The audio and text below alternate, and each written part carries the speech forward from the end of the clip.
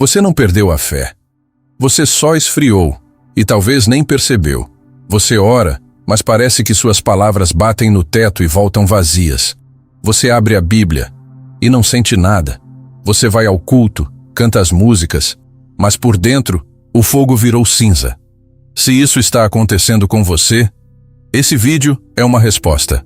A frieza espiritual tem cura. E John Wesley ensinou 7 hábitos que restauram a vida com Deus, independentemente do que você está sentindo. Fica até o final, porque o 7º hábito é o que quase ninguém pratica e pode ser exatamente o que está faltando na sua vida espiritual. Agora me responde: há quanto tempo você não sente o fogo de Deus como antes? Pensa nessa pergunta enquanto o vídeo começa.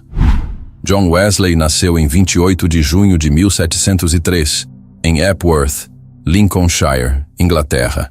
Era o 15º filho de um pastor anglicano chamado Samuel Wesley e de Susanna Wesley, uma mulher cuja disciplina espiritual influenciaria profundamente o filho. Wesley foi ordenado diácono anglicano em 1725. Estudou em Oxford. Em 24 de maio de 1738, numa reunião numa rua chamada Aldersgate, em Londres, Wesley viveu aquela que seria a experiência central de sua vida. Senti meu coração estranhamente aquecido. Senti que confiava em Cristo, apenas em Cristo, para minha salvação. E foi-me dada a certeza de que Ele havia tirado meus pecados, até mesmo os meus, e me salvado da lei do pecado e da morte. Wesley, Diário Pessoal, 24 de maio de 1738. Mas o que poucos sabem é o que veio depois dessa experiência. Décadas de perseverança para manter esse fogo aceso. Hábito 1. A oração disciplinada. O canal mais próximo. Vamos começar pelo hábito que todo cristão conhece e que quase todo cristão pratica de forma muito diferente do que Wesley ensinava. O que Wesley entendia por oração. Para a maioria das pessoas hoje, oração é uma atividade reativa. Oramos quando temos um problema, quando estamos assustados, quando precisamos de algo. É o equivalente espiritual de uma ligação de emergência. Você só disca quando está em apuros. Wesley rejeitava completamente essa abordagem. Para ele, a oração não era uma resposta a crises, era um canal permanente de conexão com Deus. Em seu Sermão 16, que ficou conhecido como Os Meios de Graça, ele escreveu: por meios de graça entendo sinais externos, palavras ou ações ordenadas por Deus, designadas para ser os canais ordinários pelos quais Ele transmite aos homens a graça que os justifica e santifica. Wesley, Sermão 16. Os meios de graça, 1746. A palavra-chave aqui é canais. Um canal não cria a água, ele a transporta. A oração não cria a graça de Deus, mas é o meio pelo qual essa graça flui para dentro da vida humana. Como Wesley praticava a oração na vida real.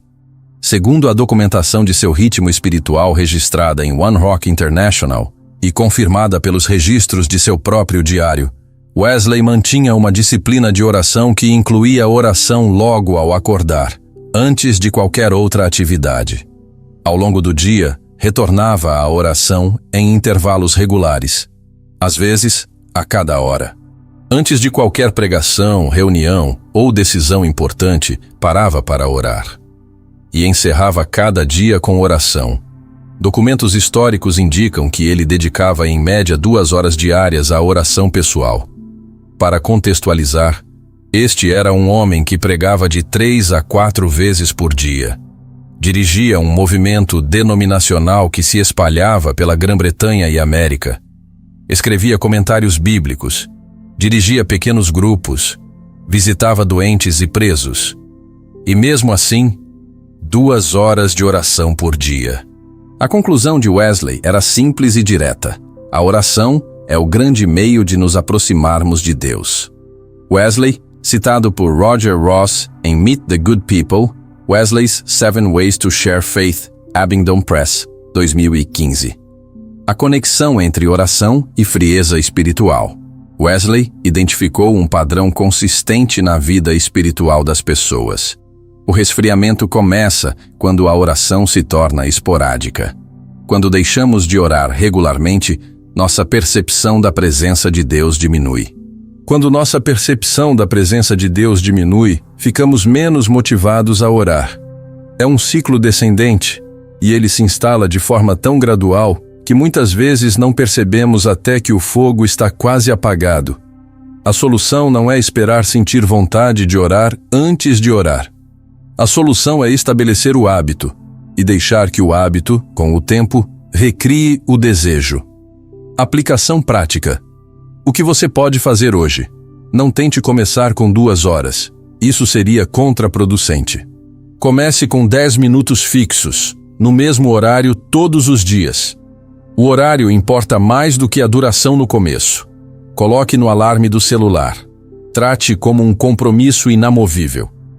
Na primeira semana, use esses 10 minutos simplesmente para falar com Deus, como falaria com uma pessoa real. Não com frases religiosas ensaiadas, mas com honestidade sobre o que está sentindo, incluindo a frieza em si.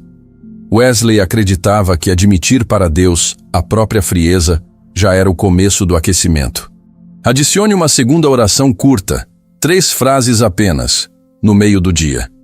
Com o tempo, o canal se abre. E o que começa como disciplina forçada se transforma em desejo genuíno.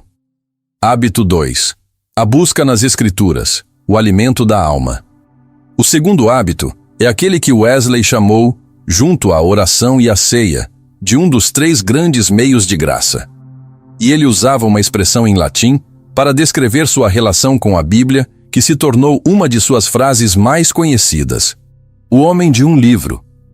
Em 1771, no prefácio de seus sermões publicados, Wesley escreveu: "Sou um homem de um livro. Ultimamente meus planos têm mudado. Eu escolhi de propósito ler e estudar um único livro. Que eu seja homo unius libri, um homem de um livro."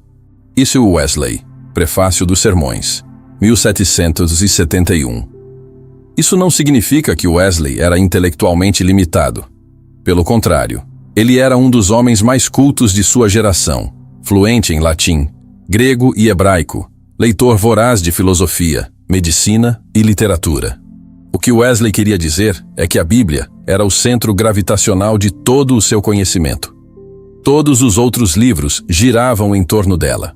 Como Wesley buscava as Escrituras, segundo os registros históricos de seu ritmo espiritual, Wesley lia a Bíblia enquanto viajava a cavalo, algo que hoje pareceria impossível, mas que ele praticava com um método específico de leitura lenta e exame.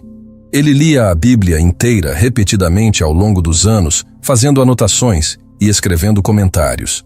No Sermão 16, Wesley especificou que buscar as Escrituras não é uma atividade passiva. Ela inclui 3 dimensões ativas: ler, de forma sistemática, não apenas os versículos favoritos; ouvir, nas pregações e ensinamentos da comunidade cristã; a examinar, que Wesley definia como processar o que foi lido ou ouvido, até que ele se torne parte da própria maneira de pensar.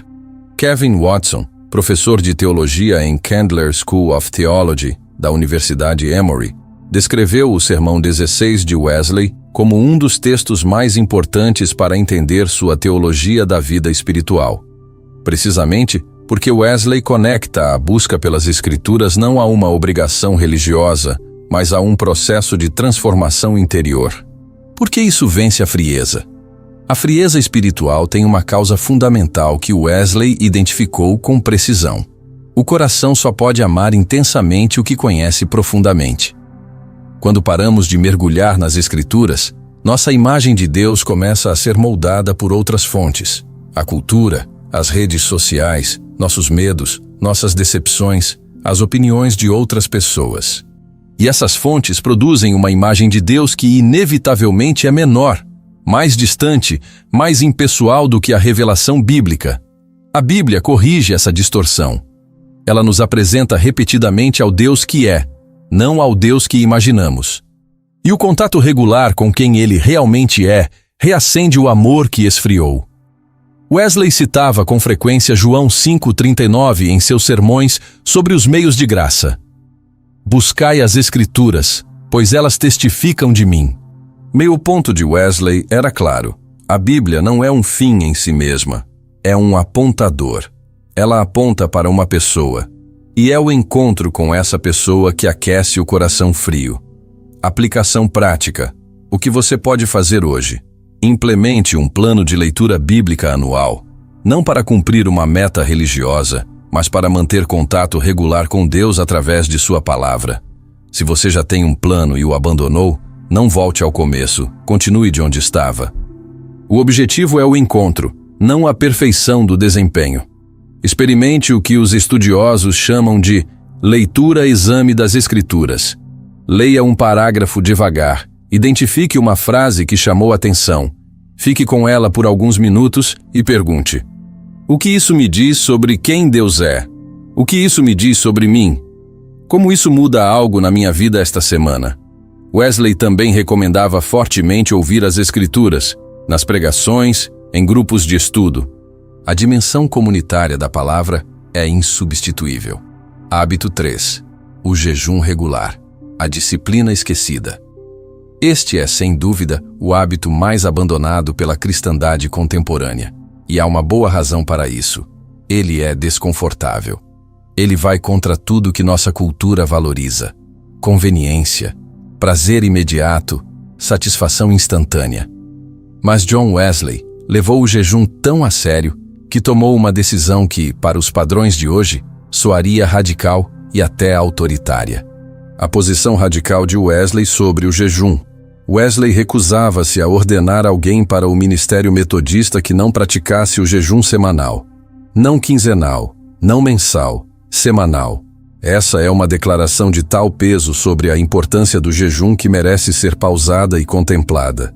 Por que Wesley levava o jejum a esse nível de seriedade?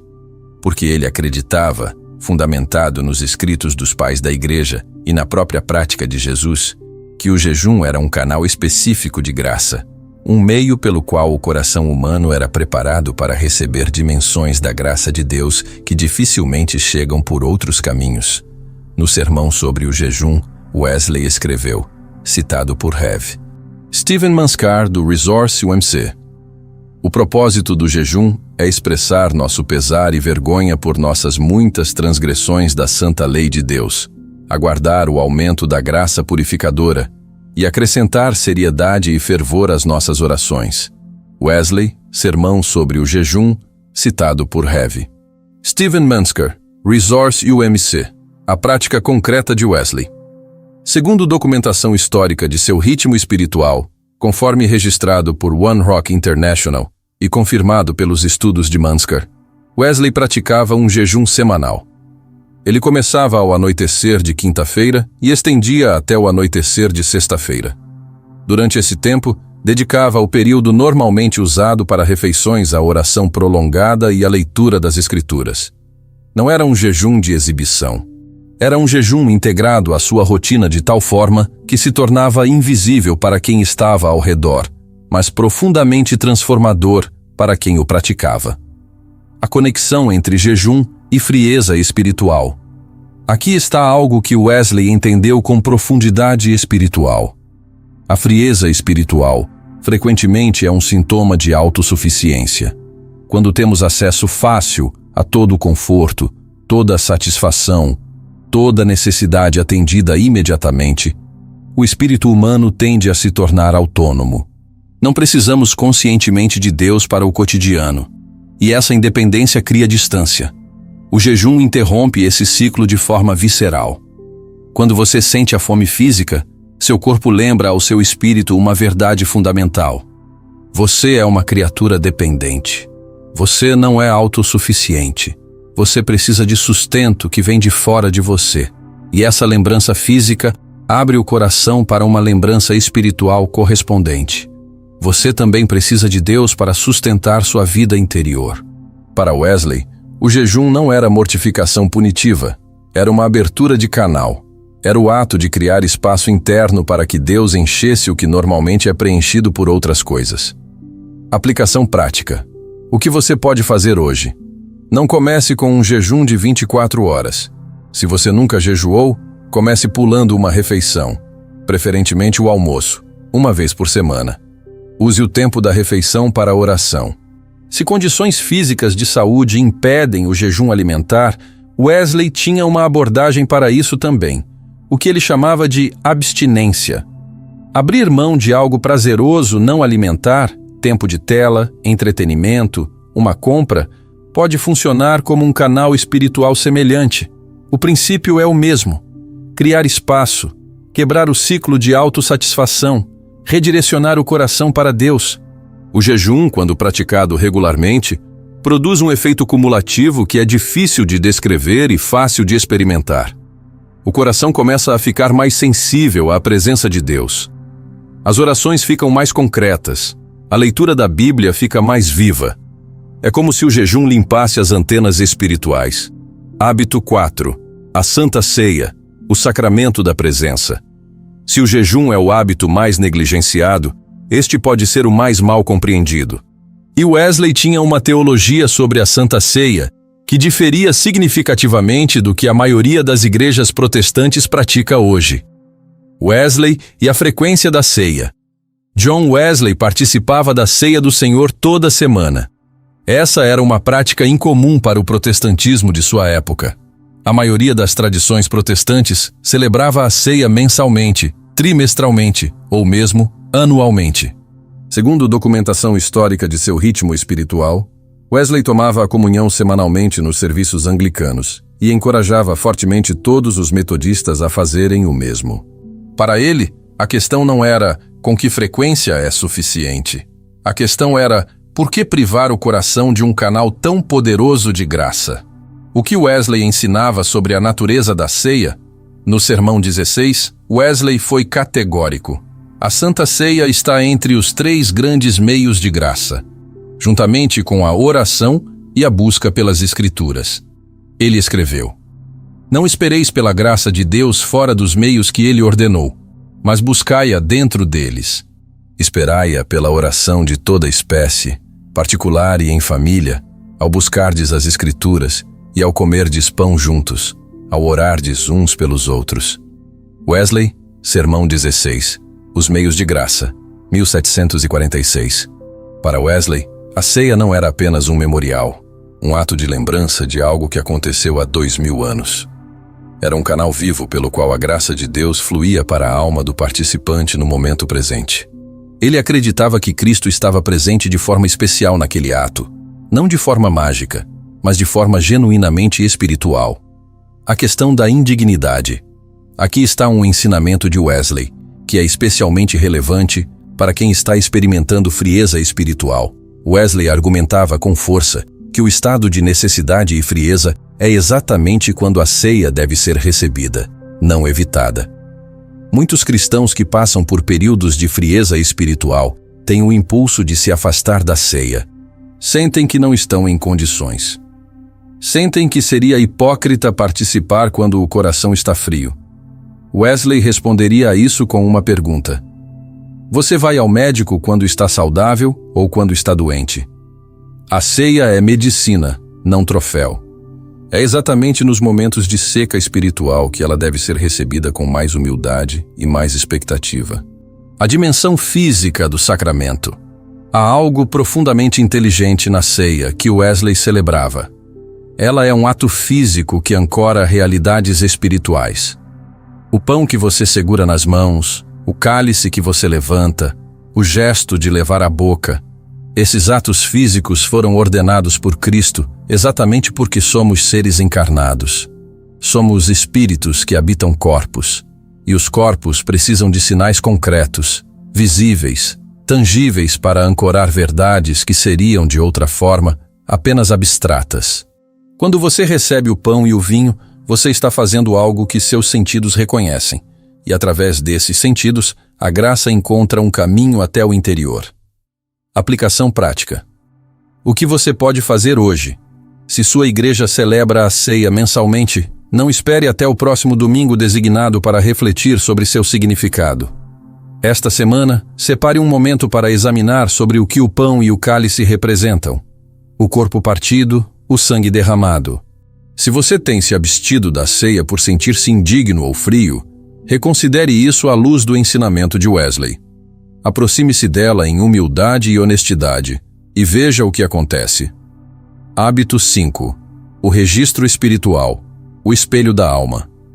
Este hábito é talvez o menos óbvio da lista, mas é um dos que mais define a consistência espiritual de Wesley ao longo de décadas. John Wesley manteve um diário pessoal por mais de 60 anos. Não era um simples registro de eventos do cotidiano. Era um instrumento sofisticado de exame espiritual, discernimento, gratidão e prestação de contas consigo mesmo diante de Deus. O que Wesley registrava? Segundo a documentação histórica de seu ritmo espiritual, Wesley usava seu diário de forma dupla. Havia o diário regular, onde registrava experiências, conversas, observações, reflexões espirituais e percepções sobre como Deus havia operado naquele dia. E havia o que ele chamava de diário de horas, um registro de como ele havia gasto cada hora do dia. O diário de horas é especialmente notável. Imagine a seriedade com que Wesley tratava o tempo quando a cada noite ele escrevia: das 6 às 7 fiz isso, das 7 às 8 eu fiz aquilo. Essa prática forçava uma consciência sobre como as horas eram gastas que poucas pessoas têm coragem de implementar. O diário como instrumento espiritual. O ato de escrever forçava Wesley a uma clareza que o pensamento casual não proporciona. Quando você precisa colocar em palavras o que aconteceu na sua vida interior ao longo do dia, você é obrigado a nomear o que está sentindo. E o que nomeamos, podemos examinar. O que examinamos, podemos transformar. Wesley usava o diário para rastrear padrões. Onde consistentemente havia fraqueza espiritual? Em que momentos do dia ou da semana o fogo tendia a diminuir? Quais situações, relacionamentos ou ambientes pareciam produzir mais calor espiritual? E quais produziam resfriamento? Essas respostas, invisíveis sem o registro, tornavam-se claras com o tempo. No Sermão do Monte Cinto, Sermão 25, Wesley descreve um processo de autoexame espiritual, uma prática de perguntas regulares sobre a própria vida interior, que o diário tornava concreto e rastreável ao longo do tempo. O diário era, em certo sentido, a materialização desse processo de exame. O poder de reler. Há uma dimensão do diário espiritual que só se revela com o tempo. Quando você relê entradas de meses ou anos atrás, você descobre algo extraordinário. Você vê a fidelidade de Deus de forma concreta, documentada, irrefutável. Você lê sobre a crise que parecia sem saída e vê como ela foi resolvida. Você lê sobre a oração que fez repetidamente por anos e vê quando e como foi respondida. Esse exercício de reler aquece o coração de uma forma que poucas outras práticas conseguem. Porque transforma a fé de uma abstração, Deus é fiel, em uma realidade concreta e pessoal. Deus foi fiel para mim, aqui, desta forma, naquela data. Aplicação prática. O que você pode fazer hoje? Você não precisa de um caderno sofisticado nem de habilidade literária. Comece com 3 perguntas simples toda noite. Pode ser antes de dormir, no celular, num aplicativo de notas, num caderno barato. Primeira, onde senti a presença ou a ação de Deus hoje, mesmo que sutilmente? Segunda, onde resisti a Deus hoje, num pensamento, numa atitude, numa escolha? Terceira, o que quero levar à oração amanhã? Escreva 2 ou 3 frases para cada pergunta. Em 30 dias, você terá um mapa vivo da sua vida interior. Em 1 ano, você terá um testemunho documentado da fidelidade de Deus na sua história. Hábito 6. A Conferência Cristã. O calor da comunidade. Este hábito foi, na avaliação de muitos estudiosos, a chave do sucesso do movimento metodista. E é provavelmente o mais subutilizado pela cristandade do século XXI, que cultiva cada vez mais uma fé individualista, privatizada, consumida em casa na tela do celular. O problema que Wesley identificou. Wesley era um pregador ao ar livre excepcionalmente poderoso. Ele pregava para multidões de milhares de pessoas, em campos, em praças, nas entradas de minas de carvão. As cenas eram frequentemente dramáticas. Pessoas chorando, tremendo, caindo, se convertendo publicamente. Mas Wesley observou um padrão perturbador. Meses depois de um grande despertar espiritual, As pessoas que haviam sido profundamente tocadas nas pregações haviam retornado ao mesmo estado de antes. A experiência havia sido real, mas não havia produzido transformação duradoura. Por quê? A resposta que Wesley encontrou foi: porque experiências sem estrutura comunitária de sustentação não sobrevivem ao tempo. O fogo que é aceso sozinho, num campo, numa reunião isolada, esse fogo precisa de outros carvões ao redor para se manter aceso. A solução: pequenos grupos de prestação de contas. Wesley desenvolveu então o sistema de grupos pequenos que se tornaria a espinha dorsal do movimento metodista. Conforme descrito nos estudos sobre os 7 métodos do metodismo e documentado pelo Dr. Henry Knight em sua dissertação A Presença de Deus na Vida Cristã, John Wesley e os Meios de Graça, esses grupos se reuniam semanalmente com uma estrutura clara. Havia os classes, grupos de 12 pessoas, liderados por um líder de classe, que se reuniam semanalmente para a prestação de contas espiritual mútua. E havia as bands, grupos menores, de 5 a 6 pessoas do mesmo gênero e estado civil, para a prestação de contas ainda mais profunda e específica sobre pecado, tentação, vitória e vida espiritual interior. As perguntas que eram feitas nesses grupos, Wesley as desenvolveu com cuidado. Elas incluíam: que pecados conhecidos você cometeu desde nosso último encontro? Que tentações você enfrentou? Como foi libertado delas? Que pensamentos você teve? Especialmente orgulho, ira, ciúme ou incredulidade. Isso é radicalmente diferente de um grupo bíblico convencional, onde as pessoas estudam um texto, fazem comentários educados e vão para casa sem nenhuma exposição real de si mesmas. O princípio que Wesley articulou. Wesley deixou escrito em 1739, no prefácio do seu primeiro inário: não existe santidade senão a santidade social. Wesley, Prefácio de Hinos e Canções Sagradas, 1739. Essa frase é uma das mais citadas de Wesley e uma das mais mal interpretadas. Ele não estava dizendo que a santidade é apenas uma questão social ou coletiva. Ele estava dizendo que a santidade pessoal não existe no isolamento.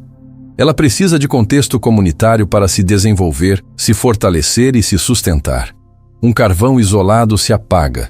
Um carvão rodeado de outros carvões mantém e transmite calor. A frieza espiritual prospera no isolamento e murcha no calor da comunidade genuína. Aplicação prática. O que você pode fazer hoje? Encontre 2 ou 3 pessoas com quem você possa ser completamente honesto sobre sua vida espiritual real, não sobre sua vida espiritual de fachada. Não um grupo de estudo bíblico onde as respostas são sempre corretas. Um grupo de prestação de contas real, onde as perguntas difíceis são bem-vindas.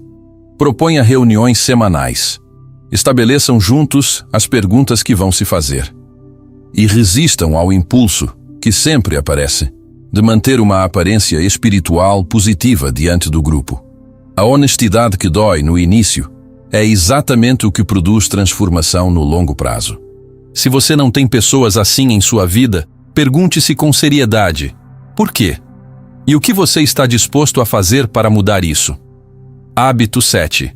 Prática através das obras. As obras não salvam, mas aquecem o coração. A palavra de Deus diz que devemos andar em boas obras. Efésios 2:10. Que somos criados em Cristo Jesus para realizar boas obras, as quais Deus preparou de antemão para que andássemos nelas. Wesley organizava os meios de graça em 2 grandes categorias interligadas: obras de piedade, que incluem os hábitos que vimos até agora, e obras de misericórdia. E ele era absolutamente explícito. As 2 categorias são inseparáveis. Uma sem a outra não produz o que Deus deseja produzir. Conforme documentado pela Conferência Baltimore-Washington da Igreja Metodista Unida, as obras de misericórdia incluíam visitar os doentes, visitar os encarcerados, alimentar os famintos, vestir os que não têm roupa, dar generosamente das próprias posses às necessidades dos outros, buscar a instrução e o bem dos ignorantes e vulneráveis. Em sermão, Wesley instruía seus seguidores a serem zelosos em boas obras, incluindo as obras de piedade, bem como as obras de misericórdia. Poupanei porque as obras de misericórdia aquecem o coração frio. Aqui está o paradoxo espiritual que Wesley entendeu com profundidade. Quando servimos ao próximo, recebemos mais do que damos. O coração frio que visita um doente, que senta com um solitário, que serve numa sopa popular, que visita uma pessoa encarcerada, esse coração frequentemente encontra Deus de uma forma que nenhuma outra disciplina espiritual havia conseguido produzir. Por quê? Wesley encontrava a resposta em Mateus 25, onde Jesus diz que quando servimos ao menor dos irmãos, é a ele que servimos. As obras de misericórdia não são apenas obrigações éticas ou imperativas sociais. São encontros com Cristo nas pessoas mais vulneráveis. E esses encontros têm um poder singular de aquecer o que esfriou. Há também uma dimensão psicológica que Wesley provavelmente não articularia nesses termos, mas que a experiência confirma. A frieza espiritual frequentemente está associada a um excessivo foco em si mesmo. Nos perguntamos repetidamente: por que não sinto nada? Porque Deus parece distante? Porque minhas orações não funcionam? Esse espiral de introspecção pode se tornar um aprisionamento. Quando saímos de nós mesmos para servir o outro, essa espiral se quebra. A atenção se desloca. E nesse deslocamento, frequentemente, encontramos o que estávamos procurando internamente. A vida de Wesley como evidência viva. Wesley não apenas ensinava esse hábito, ele o vivia de forma radical. Ele visitava prisioneiros nas cadeias de Londres. Visitava pessoalmente os doentes e moribundos nas classes mais pobres da sociedade inglesa.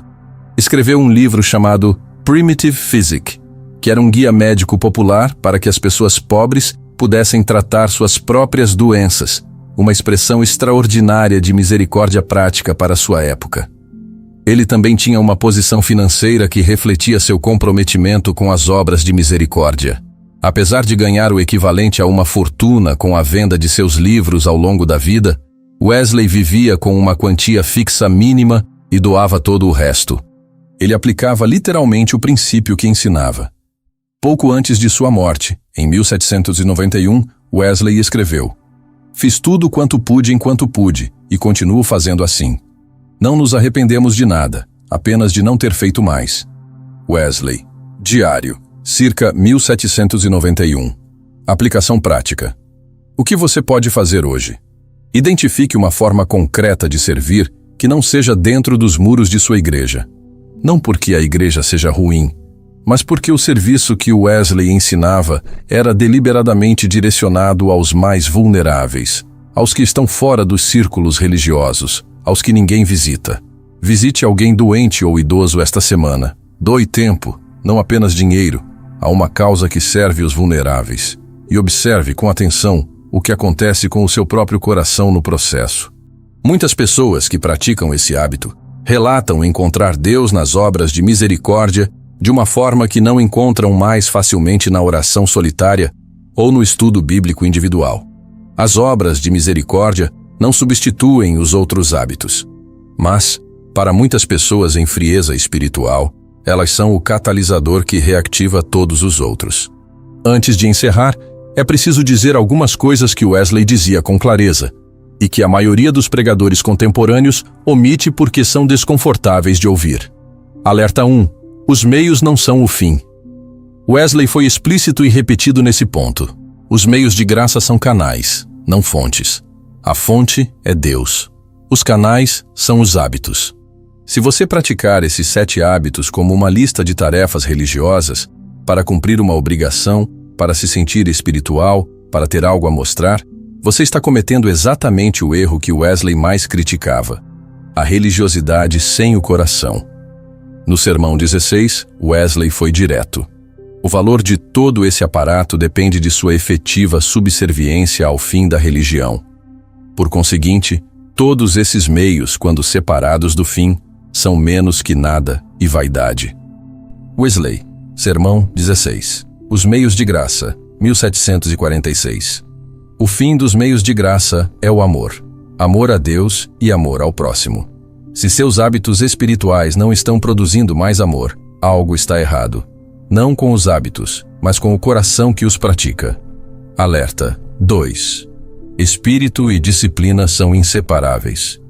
Wesley articulou um princípio que encontra eco nos escritos dos pais da Igreja. A alma e o corpo fazem a pessoa. O espírito e a disciplina fazem o cristão. Princípio wesleyano, citado em United Methodist Insight, 2017. Isso tem duas implicações. A primeira, disciplina sem o espírito é religiosidade vazia. Você pode fazer tudo certo externamente e permanecer frio por dentro. A segunda, esperar o espírito sem qualquer disciplina é presunção. Você não pode exigir graça enquanto recusa os canais pelos quais ela flui. Os dois lados são necessários e inseparáveis. Quantos desses 7 hábitos você pratica com regularidade genuína, não ocasionalmente, não quando está bem, mas regularmente? Você tem alguém, de verdade, não teoricamente, para quem presta contas da sua vida espiritual real, incluindo as partes que você tem vergonha de mostrar? Quando foi a última vez que você serviu a alguém vulnerável fora dos muros de sua igreja, não como projeto da igreja, mas como ato pessoal de misericórdia? E a mais importante de todas, você está usando esses hábitos como meios para encontrar e amar a Deus, ou como fins em si mesmos, para se sentir religioso e cumprir uma obrigação? Pause o vídeo agora se precisar. Essas perguntas merecem respostas honestas. John Wesley manteve os hábitos, mesmo quando não sentia nada. Ele manteve a disciplina, mesmo quando a vida estava a 1000 por hora. Ele manteve os meios, e Deus, fiel à sua própria palavra, continuou a transmitir graça através deles. Você não precisa ser John Wesley. Você não precisa começar com todos os 7 hábitos a partir de amanhã. Mas você precisa começar. Escolha um hábito desta lista, o que mais ressoa com você, ou o que você mais negligenciou. Decida praticá-lo com consistência por 30 dias. Apenas um, com regularidade, e observe o que Deus faz. Se este vídeo despertou algo em você, se você sente que o fogo está começando a voltar, compartilhe com alguém que precisa ouvir isso hoje. Manda no privado para um amigo que você sabe que está passando pela mesma frieza. Ou compartilha nos stories com uma frase que te marcou. Se inscreve no canal para não perder os próximos vídeos. Vamos continuar explorando a espiritualidade prática dos grandes homens e mulheres de Deus ao longo da história.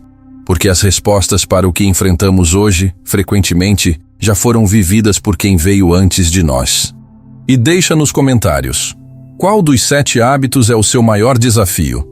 E qual você vai começar esta semana? Quero ler cada resposta. De verdade. Deus te ajude a vencer a frieza espiritual. Até a próxima.